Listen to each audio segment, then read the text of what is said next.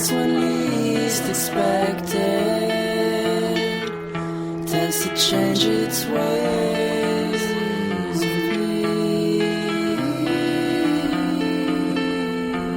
Days go by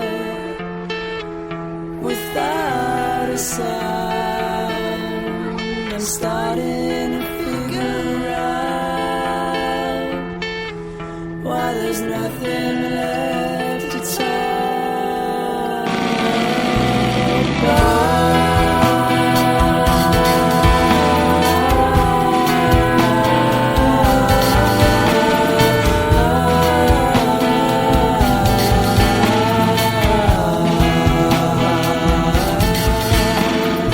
Lost in a place where no one knows my name. Hello everyone, this is Lori Smith on Spreaker, and glad to be here. And that's a cool tune. All Pieces Broken by White Room. The audio is not something's a little bit wrong with it, but it's a good song. Yeah, glad to be here. Haven't been around for a while. Been pretty busy working full time and studying as well. I'm studying biblical studies and working on an associate's degree, actually 2 associate's degrees and a counseling degree as well. So I'm pretty busy, and spend time with my sweetheart too. So my husband of 18 years. So yeah, I'm busy, but glad to be able to do these shows. I do like to speak out against abuse, and especially against child abuse. And I've been back on Blog Talk Radio, doing a few shows there, and just try to squeeze some in when I can. And this stuff, just never really goes away. Like, people, I don't know, I see other survivors out there who, even in their healing journey, and even though they may have come quite far or even all the way through their healing journey, it doesn't mean that it changes anything. It doesn't change anything, you know what I mean? It's like it is what it is, you know what I mean? If you're abused as a child, you're abused as a child. You can't really change that unless you want to pretend, you know what I mean? Like, make up some different story for yourself, you know what I mean? If you're going to be real and honest with yourself and everybody else, and honest in life, you know what I mean, then, it is what it is.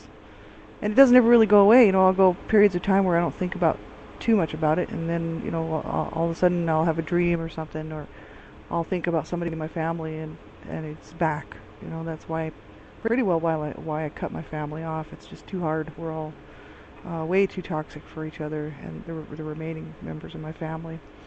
But I wanted to talk tonight about the cycle of abuse, and it's sort of sitting on my mind here tonight, and just thinking about, the question really pops into my mind sometimes when I'm sitting around thinking, why did my mom, especially my mom, treat me the way that she did? And I know why she did it. I went back and I studied, like I took a good hard look at all of the whole situation that was going on when I was growing up and when I was born. And so, it's not like I don't know why. It's just that's always a question in my mind, like, why do people do these things to children, And because I'm always looking at the issue, I'm continually looking at it, and spend as much time possible thinking about how I can be part of the change as far as public advocacy and writing or whatever I'm doing.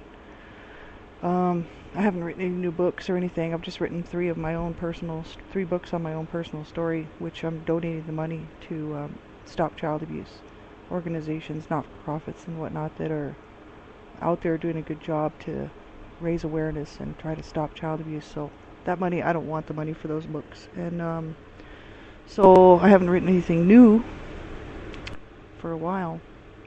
And I have lots of ideas and lots of things come to mind, but I'm just so busy. So it's like one of these days I'll sit down and write a book. I could generally probably put one out every couple of months if I really worked on it. I just have other things that I'm working on right now. But the issue of the cycle of abuse, it's like I thought about it, I think about it all the time, because I don't think about my grandparents that much. I didn't grow up with my grandparents. I didn't know my grandparents.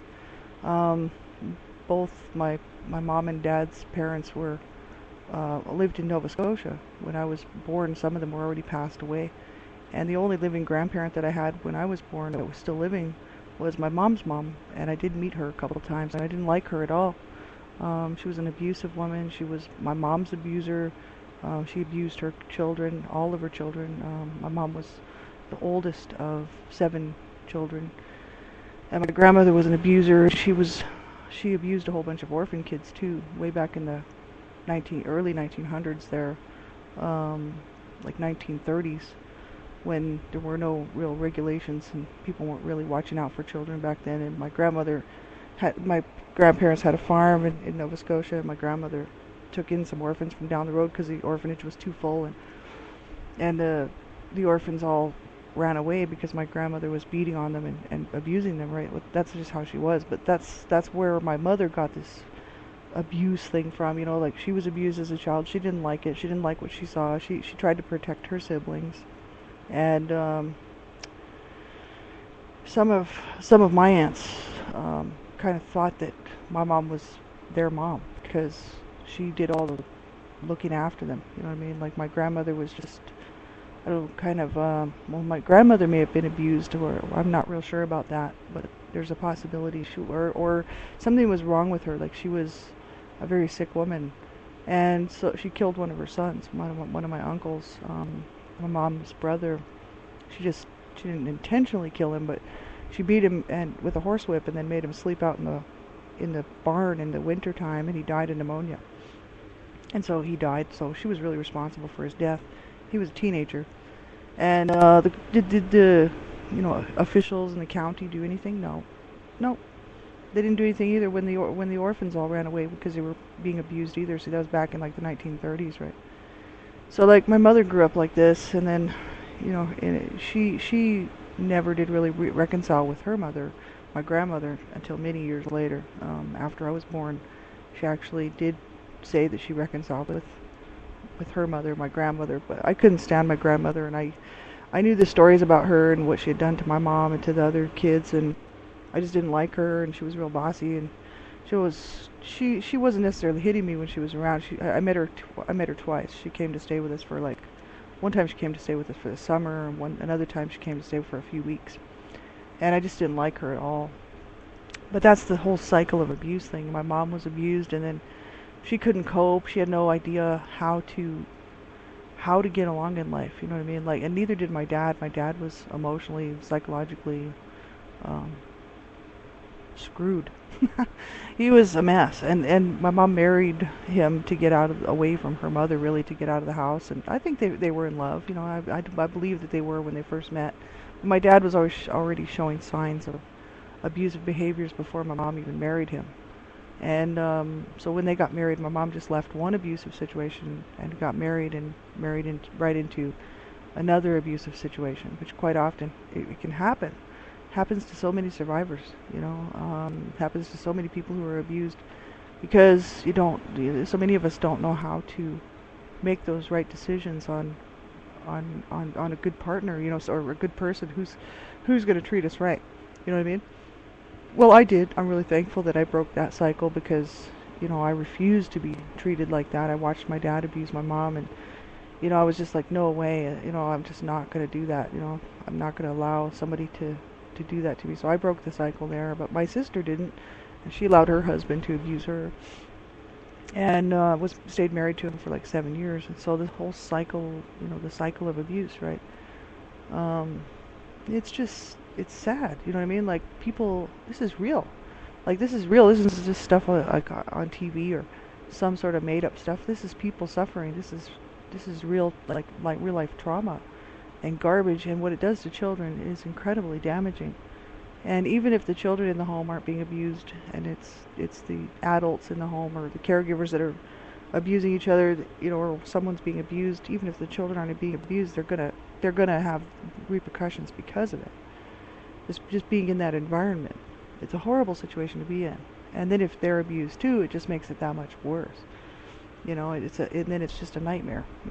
It's not a good way to grow up. And I've spent my whole life trying to catch up. Where I should be emotionally, socially, in every way. I'm sort of always behind the 8 ball. And that's why I don't put too many, too many heavy duty goals in front of me as far as like, oh, I want to own a home, or I want this fantastic career, or this and that. I'm just happy I have a roof over my head and I've got a job that pays the bills. Thank God, finally got a job.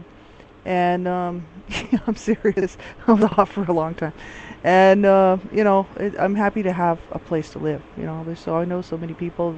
I see homeless people out on the streets, and I know a lot of their situations are just not good. My brothers were homeless, and they killed themselves, and not together, but separately years later. But they were both having a hard time. They couldn't cope. Like nobody in my family knew how to cope with anything because we were brought up in this hellhole of a situation that my parents put us in. It was their responsibility and their fault. As adults, it was our responsibility to get help, and unfortunately, we didn't have the skills or the wherewithal to even deal with it. It just seemed just too hard. Everything was just too hard. So my siblings, two of my brothers, were drug users and ended up killing themselves. Over the years, and myself, I got off the drugs when I was 22, pretty much 21, 22. And decided that I wanted something different for my life, but I'm really glad that I did that. But it's a struggle, and this damn cycle of abuse, it's just ridiculous, horrible. Like, I sit around and I think, yeah, why did my mom do that? Like, why would she treat me the way she did? And I think, well, yeah, I mean, I look at her situation. She was abused as a child. I mean, she was in this nightmare of a situation with my dad, who was not treating her right, not treating the kids right, and yet she chose to take the wrong, the wrong road, and she just allowed herself to be an abuser, and it's really frustrating because it's just like, this is what you see these headlines out here, and these little kids are being abused in these situations where people are just not doing the right things by their children or the children they're looking after. And, these kids are paying the price because the adults in the situation, the people who are supposed to be, looking after the children and making sure that all their needs are met, are not capable of doing it. And then people say, oh, well, but look at the situation, there's domestic violence and stuff. No.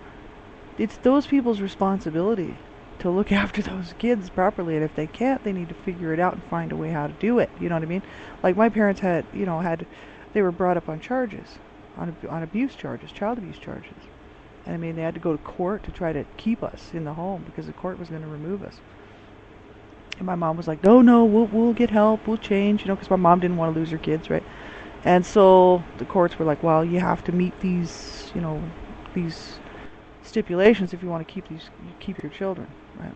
And they didn't meet them, but that's just the way it went back in the 1960s, and set a few rules out and then don't worry about it, But the situation is just horrible for these kids out here, because a lot of these people out here right now today, these 20-year-olds, 30-year-olds, 40-year-olds, 50-year-olds that are abusing their children. How many of those people were abused as children or grew up in an environment that was very unhealthy and very, dysfunctional, and just a lot of trauma and a lot of chaos, or drug use or alcoholism or mental illness or whatever, you know what I mean? Very unstable environments, right? And you got to think, those people are having children, and what are they doing to their children? Like creating the same environment that they grew up in that they didn't like for their children because they don't know any other way. It's like my mom, she didn't know any other way. She didn't know how to cope. She did not have a clue how to change the situation. She had every opportunity to get out of the situation. She could have left my dad. There was all kinds of neighbors that were always trying to get my mom to leave my dad. And, well, they weren't trying to get her to leave, but they were like, look, you got to get help. Like, you could leave your husband. You could, go be on your own and get support to help raise your children. You know what I mean? Like, at least the little ones in the home. The other teenagers can kind of, maybe go get a job or something instead of sitting around doing drugs. And, because the whole neighborhood knew our situation, right? So they were always really trying to be supportive to my mom, and my mom wouldn't do it. She would not leave my dad. And I know she deep down inside loved him, but the damage was done. You know what I mean? And it's like he never really ever treated her right, ever, and I watched that my whole entire life, and I just, you know, she would, she then became retaliative towards him, and would bash him in the head when he wasn't looking and stuff like that, which I thought was great. I was like, yeah, go mom, because my dad, my dad was so bad. I mean, he was evil. And so when my mom would get him a good one, I was always really happy about that. So I was always sticking up for my mom. And even though she was my main abuser, I was really always on her side because I knew the situation. I knew what was going on. Had my dad been a decent, loving, caring, level-headed, sane person, then my mom would have been so much better off because she was abused as a child too. So had my dad been a sane, caring, loving individual who put his wife and children before himself at all times, and made sure that he was doing what he was supposed to be doing, which was being, strong and being a good father and a good husband, then my mom would have been a lot, I think, a completely different person. But, when you're abused as a child and you get into a situation where your husband's abusive, my mom back in the 40s tried to divorce my dad up here in Canada before they moved to the States, and the courts wouldn't allow it. This was back in like the late 40s. And the courts were like, no, unless there's infidelity, like somebody's unfaithful here, somebody's sleeping with somebody else, then you have to stay together, because the courts at that time were not allowing divorce for abuse, right? So it's okay that that your husband or your wife is abusing you, but you cannot get divorced unless you're sleeping around or something. So that was the laws back then. But anyway, so my mom tried to divorce him, and then I think she just gave up. She was just like, okay, I give up. Her health was so bad, the situation that she was in is so bad. Was it an excuse for what she did to me, especially to me? No. You know, there's just no, you can't excuse abuse away. There's no excuse for it. Like, you can't say, oh, well, it was because of this, or it was because of that. Because then, that's just saying, oh, well, abuse is okay. No, it's not. It's never okay. You know? There's no excuse for it. There's no excuse for the way my dad treated my mom. There's no excuse for the way my dad treated all of us, Like, there's no excuse for any of it. And yet, they'll always try to excuse it away. My mom was always blaming my dad. It was like all his fault, every bit of it. Even after she beat the shit out of me, it was his fault. It's like, it was all his fault. And my dad, everything was my mom's fault. And so they spent their whole entire lives as I was growing up, from age 0 to, especially 14, 15, before I started to really try to tune them out. They blamed each other for everything. They would never take responsibility for any of their actions towards their children. And there was a lot of problems. The police were always at the house. My brothers were always in trouble with the law. There was always a potential of the courts coming in and saying, okay, now we are going to remove your youngest children because there's too much insanity going on in the home. So my parents were always trying to avoid situations with where there was any kind of police or any kind of ambulance or any kind of intervention done, because there was always a situation where my parents were brought up in court before for providing an unstable and abusive home for their children. So it was a bad scene. It was really bad. Like, my brothers were involved in all kinds of illegal activities and were in and out of jail and prison quite often. And not all of them, but 3 of them were. And then one of my brothers was murdered, so that left 2. But those 2 were still up to no good. And, it was such a nightmare to grow up in that. And it's taken, like, my whole entire life to this point. Especially to the point where I started my healing journey, which was about the age of, well, it was 5 years ago. So, 42, 41, just turning 42. And 41 and a half, let's say. So, it's taken me to the age of 41 just to be able to say, I need help, man. Like, I need serious help. And over the last 5 years, I've done a whole lot of work and talked to a whole lot of people, and haven't had any real, haven't been under any doctor's care or anything like that, but I've done a whole lot of study, done a whole lot of inner child work, and worked with some people who had some great programs. that really helped me out a lot. And one of them is my good friend Kate out of Australia, and a program from another lady that I know called Forget Talking Therapy. It's about the pictures and the limbic system and whatnot to get a hold of the inner child and change things in there so that you feel safe, you know, like so that from so many years ago of being traumatized and being abused, you know, I had to go back in and do a whole lot of inner child work and inner work. And so yeah, 5 years later, I mean, I feel a lot better than I did. But it doesn't change anything. I was abused, you know what I mean? So it's like that's never going to go away. But I, you know, able to handle it better, and I'm able to cope better now that I've done the work. And so I wish that for everybody. You know, if you're a survivor out there and you were abused or you're being abused, you know, get some help, man. Do not. I didn't want to get traditional help. I really didn't trust counselors. I don't trust anybody really, especially counselors. Start getting into your head. Of course, I want to be a counselor, but that's because I've talked to some counselors that changed my mind on the whole thing, and realized that they're people too. And if you find a counselor that doesn't work for you, then you just find another one. You know what I mean? You just keep looking until you find the right one who understands your situation, or at least tries, and really wants to work with you to help you out. Because I found some awesome people out there who really helped me out. And so it changed my mind on the whole thing. But when I first began my healing journey, I actually started looking into group support because I trusted the idea of safety in numbers. And so for me, it just seemed to be a better thing. So I got involved with online group support, which was very private.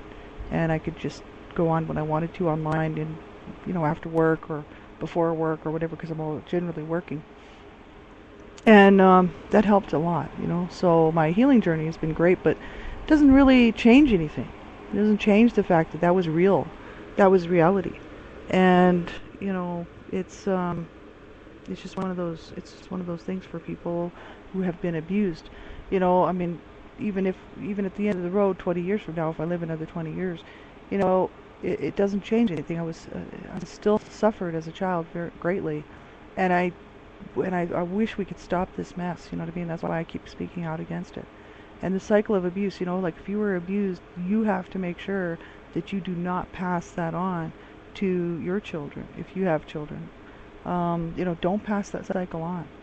You know, someone's got to stop it. Someone has to stand up and say, no, I'm not going to treat my children the way that I was treated. So my mother didn't like the way she was treated as a child. She hated it because my grandmother was highly abusive, physically and in every other way. And so she hated the way she was treated as a child, and the way that my grandmother treated her own siblings, her sisters and her brothers. And yet she could do what she did to me and be okay with it. And so as I sit around this year, especially this year's kind of hard for me because I'm 46 years old, and my mom was 46 years old when my brother was sexually abusing me. And my mom was 2 rooms over, and she could have done something to stop it. You know, like my mom knew I was being abused sexually by my brother and did absolutely nothing to stop it. And that bothers me because I'm this age right now. I'm the same age that she was when I was being sexually abused at the age of 8 years old. And I remember that, and I remember how old she was then. And I think to myself, how could you let that happen? How could you let your 21-year-old son sexually abuse your child, your daughter, 2 rooms over, and you don't do anything about it? She had gotten to the point where she did not care about anything. She couldn't care. You know, she was so beyond caring about anything, you know. And next year, you know, and the next year after that, when I hit 48, if I live that long, Lord willing, that's when that'd be the same age as my mom was when she was really began to physically hurt me. You know what I mean? And call me names and really put me down and really break my spirit and break my whole being, right? And I think about that, and I just hit this age, and it sits with me really heavy because it's like, how could you do this to your child? How could anybody do these things to their children? You know, I mean, if you have children, you got to make sure that you do the right things by your children. They are counting on it. We can stop child abuse, but that means people have to stop abusing children. Right? It's all that's what it's really all about. It's like we can stop it, but that means people have to make the right choices on behalf of children. And people, sadly enough, so many don't, and so many won't, and so many don't care. And it's a really sad situation for so many kids out there, right now. I mean, we know that however many kids are going to die tonight, between 5 and 7, and there'll be more that just won't even be reported as child abuse, to be reported as accidental or something else. And there'll be so many more that we don't even hear about. It's just horrific. That's just in North America alone, like the United States. It doesn't really count like for the rest of the world. And I just think about these little kids out here. It's like this is horrible. And why? Why do people do these things? This is a question that just sort of stays with me because I know I understand the dynamics between behind what was going on in my family when I was born, like I said. But then I don't get how somebody could do that to their child and continually do that, or let another person abuse their child and not get them any help. You know, like that is so incredibly wrong. So if you have children, or if you know of a child that's being abused, you do the right thing and you get that child some help. And you don't ever walk away and think, oh, it's not my business, it's not my place, or so what? I don't have kids. Why should I even care? And I mean, like all these attitudes that are out there. Kids need protection.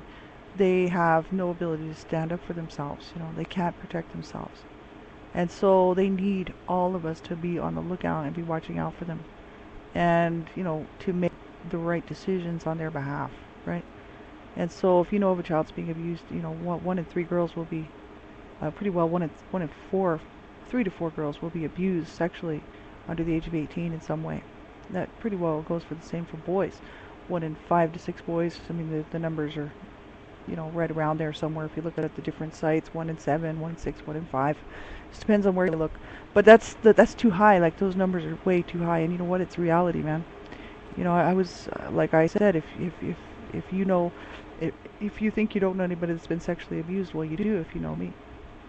If you think you don't know anybody who's been ever abused in their lifetime, well, you do because you know me. There's so many of us out here I know because of my connections and whatnot. And we're all screaming out, do not allow this to happen to your children. Do not allow this to happen to another child. We really have to stop this because the children are counting on us. These little kids out here, man, they deserve to have all of their human rights afforded to them. And that's all of their human rights. They have human rights. They have the right to life. They have the right to a good life, right? So watch out for them. Do the right thing. Make the decisions. That make good decisions based on what Get help for that child. If you know of a child being abused, make a phone call. Phone it in as a crime. Child abuse is a crime, and it should be reported as such, right? So have a great night, everybody, and we'll talk to you real soon.